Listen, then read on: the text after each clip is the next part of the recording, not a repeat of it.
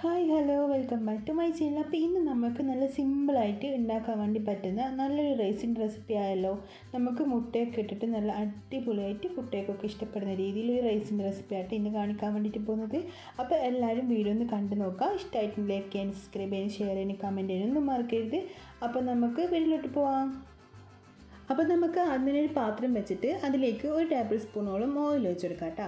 ഇനി ഇതിലേക്ക് നമുക്കൊരു 1/4 ടീസ്പൂണോളം ജിഞ്ചർ ഗാർലിക് പേസ്റ്റ് ഇട്ട് കൊടുത്തിട്ട് നന്നായിട്ടൊന്ന് വഴറ്റിയിട്ട് അതിൻ്റെ സ്മെല്ലൊക്കെ ഒന്ന് മാറി വേണം. ആ ഒരു സമയത്ത് നമുക്കിതിലേക്ക് ഒരു ചെറിയൊരു സവാള അല്ലെങ്കിൽ ഒരു വലിയ സവാളയുടെ പകുതി അത്രയും വേണം കേട്ടോ. അതിട്ടിട്ട് നന്നായിട്ടൊന്ന് വഴറ്റിയെടുക്കാം. ഇപ്പോൾ സവാള ഒന്ന് വഴന്ന് വന്നിട്ടുണ്ട് കേട്ടോ. ഇതുപോലെ ആയി കിട്ടിയാൽ മതി, കളറൊന്നും മാറി വരേണ്ട ആവശ്യമൊന്നുമില്ല. ഇനി ഇതിലേക്ക് നമുക്കൊരു 1/4 ടീസ്പൂണോളം മഞ്ഞളും ഒരു 3/4 ടീസ്പൂണോളം കാശ്മീരി ചില്ലി പൗഡറും കൂടി ഇട്ട് കൊടുത്തിട്ട് നന്നായിട്ടൊന്ന് വഴറ്റിയിട്ട് ഇതിൻ്റെ സ്മെല്ലൊക്കെ ഒന്ന് മാറി വരുന്ന സമയത്ത് നമുക്കിതിലേക്ക് ഒരു ചെറിയൊരു തക്കാളി ചെറുതായിട്ട് കട്ട് ചെയ്തിട്ട് ഇതിലേക്ക് ഇട്ട് കൊടുക്കാം. അപ്പോൾ അതിൻ്റെ കൂടെ തന്നെ നമുക്കൊരു ചെറിയൊരു ക്യാരറ്റിൻ്റെ പകുതി ഗ്രേറ്റ് ചെയ്തിട്ട് ഇതിലേക്ക് ഇട്ട് കൊടുക്കാം കേട്ടോ. അതുപോലെ നമുക്ക് കുറച്ച് ക്യാബേജ് ഇതുപോലെ കുറച്ച് ക്യാബേജും കൂടി ഇട്ട് കൊടുക്കുക. എന്നിട്ട് നന്നായിട്ടൊന്ന് മിക്സ് ചെയ്തതിന് ശേഷം നമുക്കിതിലേക്ക് ബോയിൽ ചെയ്ത് വെച്ചിട്ടുള്ള ഒരു മുട്ട, നമ്മൾ അത്രയും ഉണ്ടാക്കുന്നുള്ളൂ, അതുകൊണ്ട് ഒരു മുട്ട ഇതുപോലെ 4 പീസാക്കിയിട്ട് കട്ട് ചെയ്തിട്ട് ഇതിലേക്ക് ഇട്ട് കൊടുക്കാം കേട്ടോ. അപ്പോൾ 1 കപ്പ് റൈസിനുള്ള ഞാനിപ്പോൾ ഉണ്ടാക്കുന്നത്, അതുകൊണ്ട് ഞാൻ ഒരു മുട്ട മാത്രമേ എടുത്തിട്ടുള്ളൂ.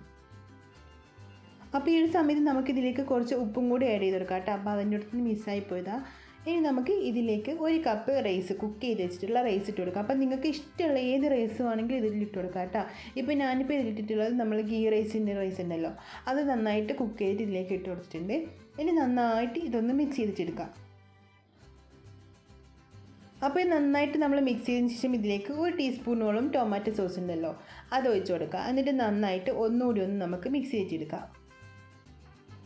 അപ്പോൾ നിങ്ങൾക്ക് വേണമെന്നുണ്ടെങ്കിൽ ഇതിൻ്റെ കൂടെ തന്നെ നമുക്ക് കുറച്ച് സോയാ സോസും ചില്ലി സോസും ഒക്കെ ഒഴിച്ച് കൊടുക്കുക.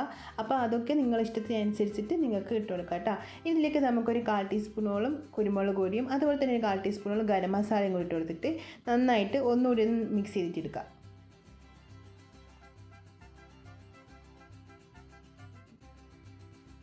ഇപ്പോൾ ഇത് ഏകദേശം നമ്മളെ റൈസ് ഇവിടെ റെഡി ആയിട്ടുണ്ട് കേട്ടോ. എല്ലാം കൂടി നന്നായിട്ട് നമ്മൾ മിക്സ് ചെയ്തിട്ടെടുത്തിട്ടുണ്ട്. ഇനി നമുക്ക് ഇതിലേക്ക് ലാസ്റ്റായിട്ട് കുറച്ച് മല്ലിയിലയും കൂടി ഇട്ട് കൊടുക്കുക. എന്നിട്ട് നന്നായിട്ട് ഒന്നും കൂടി ഒന്ന് മിക്സ് ചെയ്തിട്ട് ഒരു 2 മിനിറ്റോളം നമുക്കൊന്ന് അടച്ച് വെക്കാം കേട്ടോ.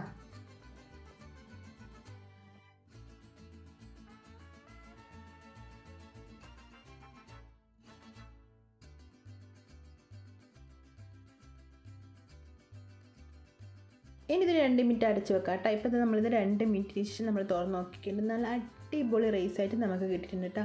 നല്ല ടേസ്റ്റാണ് കഴിക്കാൻ വേണ്ടി. നമുക്ക് രാവിലെ ലഞ്ച് ബോക്സിലൊക്കെ പെട്ടെന്ന് ഊട്ടയൊക്കെ ഉണ്ടാക്കി കൊടുക്കാൻ വേണ്ടി പറ്റുന്ന നല്ലൊരു റൈസിൻ്റെ റെസിപ്പി. അപ്പോൾ എല്ലാം ട്രൈ ചെയ്ത് നോക്കുക.